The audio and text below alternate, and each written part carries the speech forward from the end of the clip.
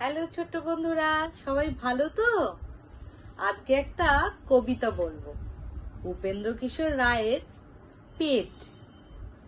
শুরু করি।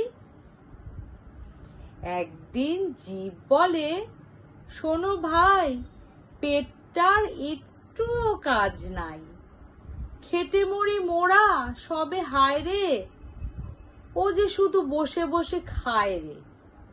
হাত বলে, হাহা ভাই, তাই তো, পেটটার কোনো কাজ নাই তো, ওরই জন্য কত কষ্ট সহিয়া মুখে তুলে ভাত দি বহিয়া।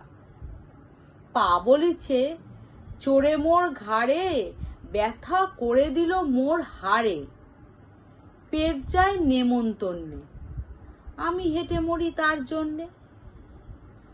আচ্ছা ভাই, বল দেখি তোরা, আমি কি রে হই ওর ঘোড়া? শুনে সবাই রেগে বলে ভারী, পেটের সঙ্গে করো সবে আড়ি। সবাই খবরদার, ওর সাথে আর কেউ করো না কো কারবার। গলা গিলবে না, ঠোঁট খুলবে না, দিবে দাঁত কপাটি, হুড়কা আটি, খাটাখাটি, হাঁটাহাঁটি যাবে মিটি। এইভাবে দিন গেল 2-3, পেটে নাহি দানা পানি। সবে বলে, ভাই বল নাহি পাই, মোদের কি হলো জানি।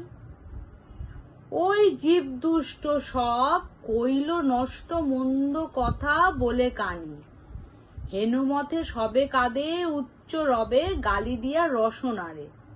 মন্দ কথা ভাই কহিতে না চাহি শুনিবারে। ভালো লাগলো আজকের কবিতা?